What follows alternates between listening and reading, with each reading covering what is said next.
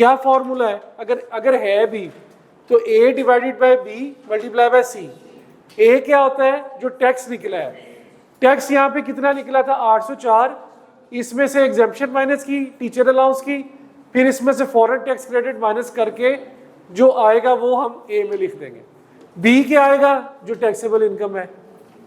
और सी क्या आएगी? जितनी डोनेशन दी या 30% of taxable which ever is lower, which ever is, तो सी में वो आ जाएगी, तो यहाँ पे टैक्स क्रेडिट आ जाएगा। ठीक है, तो मेरा भी ये ख्याल है कि इसमें टैक्स क्रेडिट बनता है, लेकिन इन्होंने क्यों नहीं लिया अभी ये मुझे खुद भी नहीं पता। शायद हो सकता है प्रिंटिंग मिस्टेक हो या रिवाइज ना किया हो सोल्यूशन है। हाँ नहीं, वो गलती है, ये मैं आपको बता दूं। अच्छा, एक मुझे ये बता दें कि इसके कॉन्सेप्ट्स में कोई मसला तो नहीं ना? ये बड़ा ज़बरदस्त क्वेश्चन पूछा था इसने, और एक और क्वेश्चन अभी हमने करना है, अभी आधा घंटा है हमारे पास।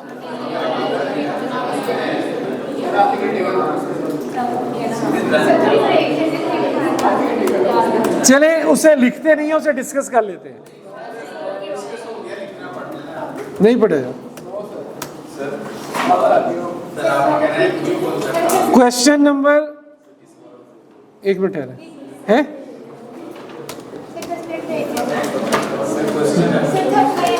क्वेश्चन मैं लेता हूं 10 बजे के बाद सारे।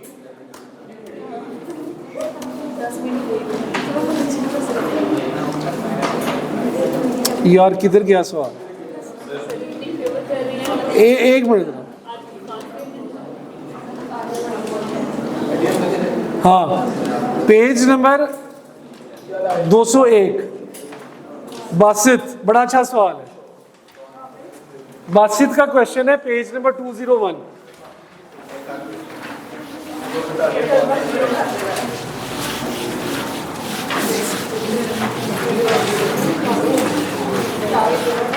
Page number 201। इसको डिस्कस कर लेते हैं, हम इसे लिखते नहीं है, इसको आप घर से आज कर आइएगा। अब देखिए ना, मुझे अपने ईमान से बताना आप सब ने, अल्लाह ताला को हाज़िर नाज़िर जान के, ठीक है, कि मैं झूठ नहीं बोलूँगा, बोलूँगी, सच बोलेंगे, जो जब भी बोलेंगे सच के सिवा कुछ नहीं बोलेंगे। ठीक है, मैंने एक क्वेश्चन दिया था नासिर वाला होमवर्क में, 1 हफ्ता हो गया है, सबने कर लिया? जरा हाथ खड़ा करें जिसने नहीं किया है।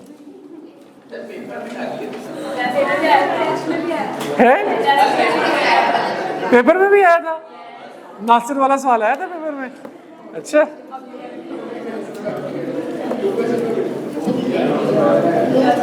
अच्छा, ये पेज नंबर 201 भाई, page number 201।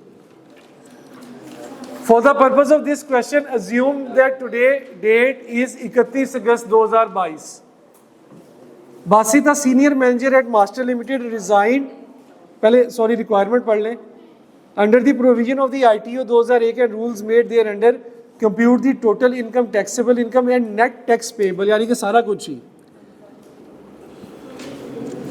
Basit senior manager at Master Limited resigned on 31 January 2022 after completion of 3.5 years of service.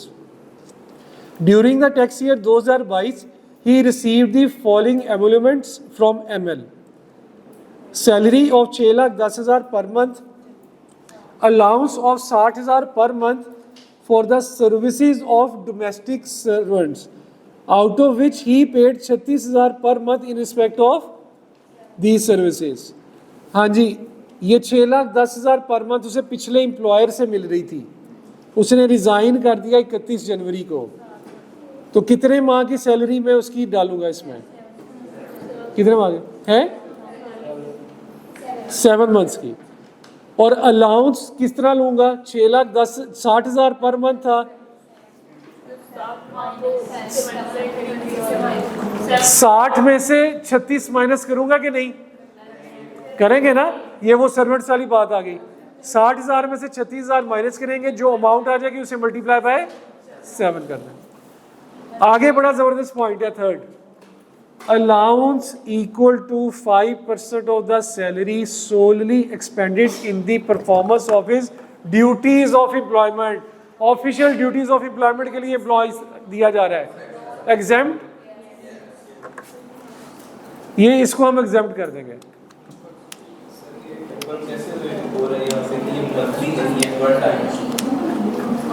Exempt वाले तरह दीदार तो कराए मुझे,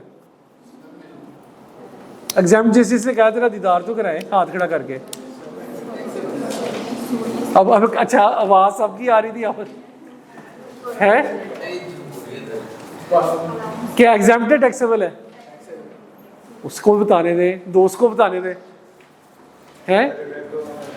अगर मगर छोड़े जो उसने लिखा है उसका बताए ये एग्जाम्प्ट है कि टैक्सेबल है? भाईजान आप बताएं एग्जाम्प्टेड टैक्सेबल है? टैक्सेबल वन ऑफ है इसलिए टैक्सेबल है। कॉन्सेप्ट ही खराब कर दिया पकड़े, शॉपर ही फाड़ दिया है, कॉन्सेप्ट ही खराब हो गया यहाँ पे। ठीक है हाँ जी आप बताएं टैक्सेबल है एग्जाम्प्ट है? टैक्सेबल है क्यों?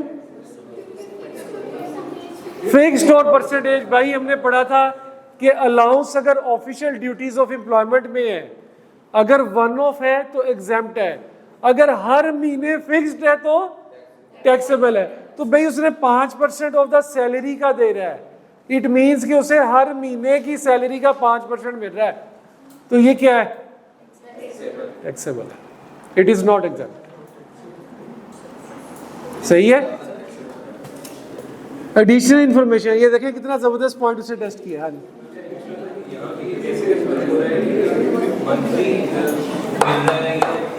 जब उसने उसे सैलरी से लिंक कर दिया है, इट मींस कि जब जब सैलरी मिल रही है तब तक 5% मिल रहा है। इवेंचुअली यही है कि वो साल की सैलरी का 5% भी वही बनेगा, लेकिन जब सैलरी साल की साल बाद तो नहीं ना मिलती, हर महीने मिलती है ना, तो हर महीने जब वो मिलेगी हर महीने लॉस मिलेगा। ठीक है।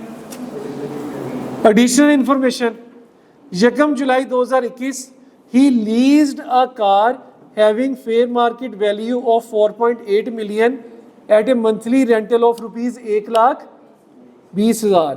He pay lease rental for his own sources but he has used this vehicle for both official and personal purpose. 5% fair market value किधर है? हाँ जी 5% ऑफ द 4.8 मिलियन। ये तरह इनसे पूछिएगा साथ वाली से क्या करेंगे?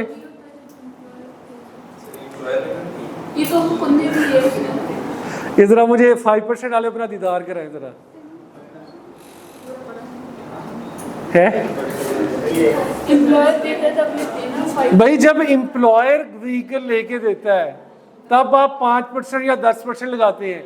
ये व्हीकल उसके एम्प्लॉयर ने लेके दिया है, ये तो उसने अपने जाती पैसों से लिया है। भाई कोई खुदा का खौफ करे यार, इसकी कोई ट्रीटमेंट नहीं होगी यार है।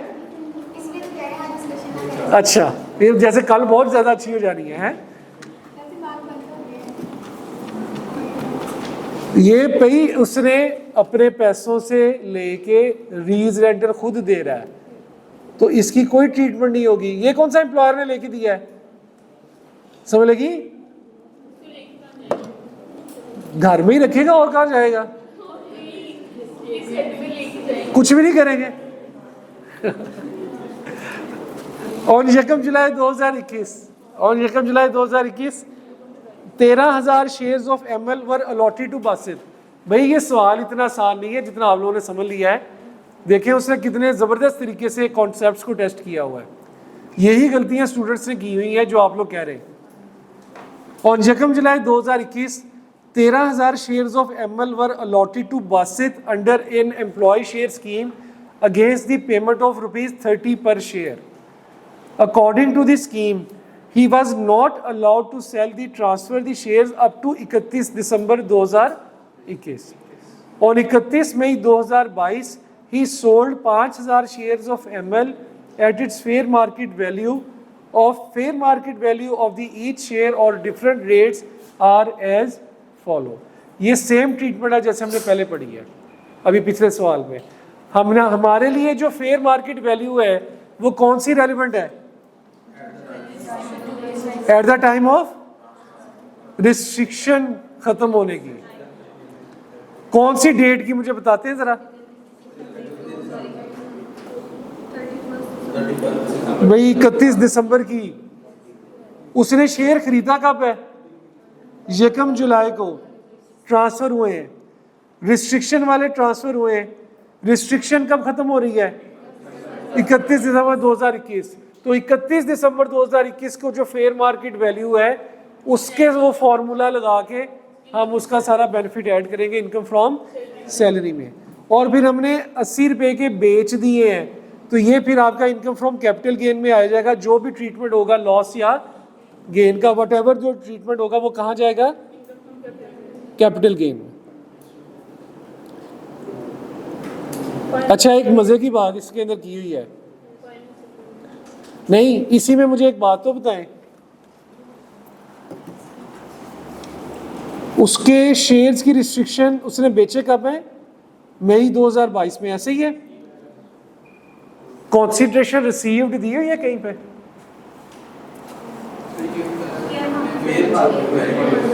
फेयर मार्केट वैल्यू दी हुई है, तो हमें कंसीडरेशन रिसीव नहीं दी हुई। देन वी आर अज्यूमिंग कि जो बिकी है वो प्रोडक्ट वो कितने में बिकी है? Fair market value. ठीक है, तो हम ये अज्यूम करेंगे। आगे चलें। On 15 February 2022 he received the following payments from ML. ML से तो उसने रिजाइन कर दिया था ना, तो अब उसे ये बाकी चीजें मिल रही हैं वहां से। 3,20,000 की लीव इन कैशमेंट मिली, 22 लाख की ग्रेचुटी मिली उसे under the scheme approved by board. इसमें से कितनी टैक्स? 3 लाख एग्जाम, बाकी टैक्स में। 7 लाख के उसे एरियर्स मिले हैं 2021 के। इसको क्या करेंगे हम? लेकिन हम यहाँ पे अब आप ऑप्शंस डाल लेना बैठ जाइएगा कि इसको आपने रिसीट बेस पे टैक्स कर देना है। इसका नोट दे सकते हैं कि भाई ये इसके पास ऑप्शन है कि ये अक्रूवल बेस पे भी टैक्स हो सकती है। यहाँ पे हमने इसकी ऑप्शंस 2 क्यों नहीं बनानी? क्योंकि हमें पिछले सालों का डाटा भी तो नहीं ना अवेलेबल टैक्स लायबिलिटी निकालने के लिए। ठीक है, अवेलेबल हो तो फिर वो आपसे पूछेगा कि ऑप्शंस हैं कि क्या है, उसे एडवाइस करें जैसे उसने क्वेश्चन पूछा।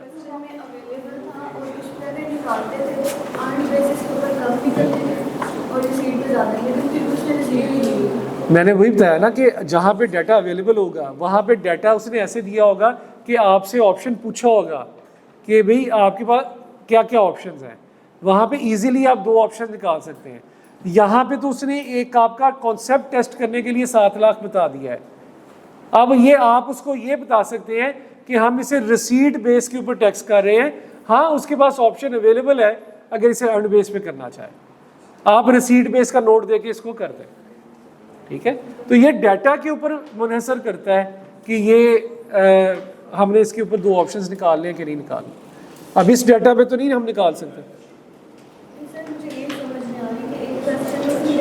वो क्वेश्चन आप दिखाएं।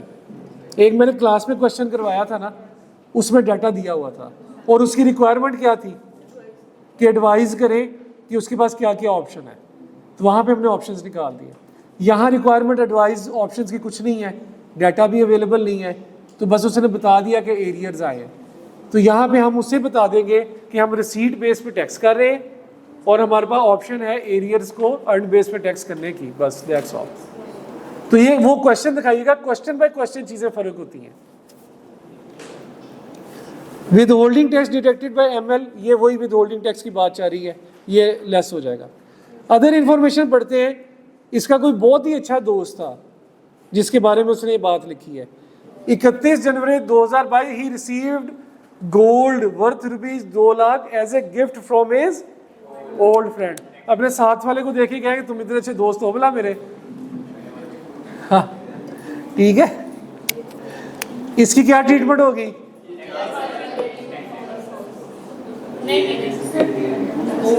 क्या ट्रीटमेंट होगी इसकी? हाँ,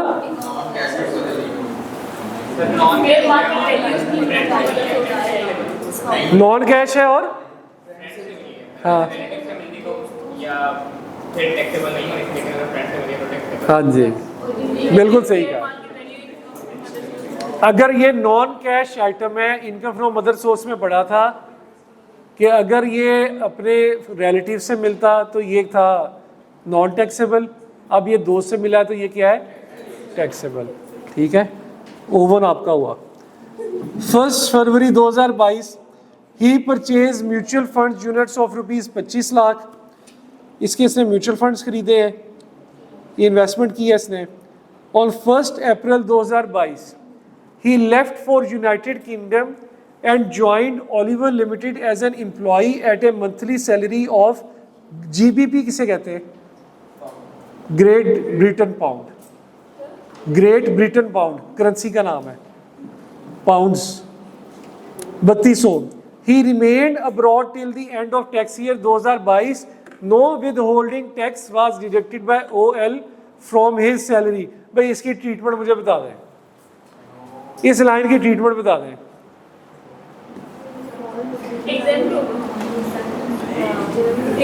इस 3200 का मैंने क्या करना है, ये सैलरी कमा रहा है, फॉरेन सैलरी है, फॉरेन सैलरी है।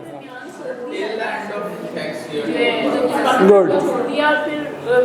फॉरेन सोर्स सैलरी कब कब एग्जेम्प्ट होती है, या तो उस पर टैक्स दे दिया हो, या फिर वो साल के बीच में गया हो और एंड तक वही रहा, तो ये टैक्स ये आ गया यहाँ पे कॉन्सेप्ट। ठीक है, तो ये एग्जेम्प्ट होगी। While residing in UK Basit served as a visiting faculty member at university. उसका वो 3200 पाउंड से कुछ गुजारा नहीं हो रहा था, उसने कहा कि किसी यूनिवर्सिटी में पढ़ाने का काम कर लें, विजिटिंग फैकल्टी का। ठीक, बस नहीं हो रहा था गुजारा। He earned pounds 1500 from the university and incurred an expenditure of 500 for providing the services at the university. Withholding tax deducted by the university amounting to rupees Great Britain pound 225। और जो एक्सचेंज रेट नीचे दिया हुआ है वो 250 का दिया हुआ है। ये क्या है, पॉइंट नंबर 4 है क्या, पहले इसकी क्लासिफिकेशन बताएं। सैलरी है, बिजनेस है, कैपिटल गेन है, अदर सोर्स है।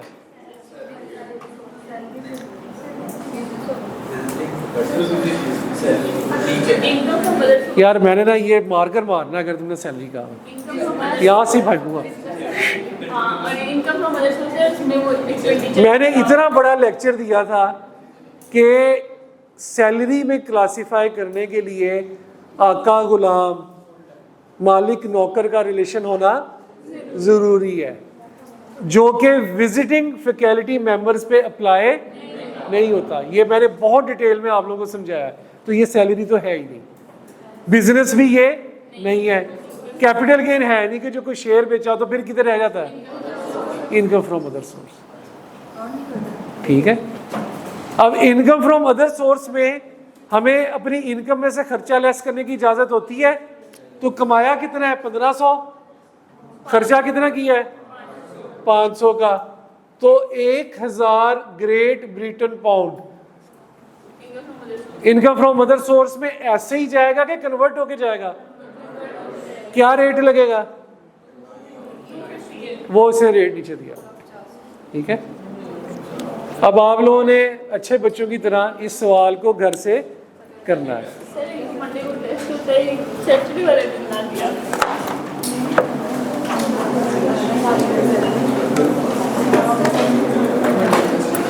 एक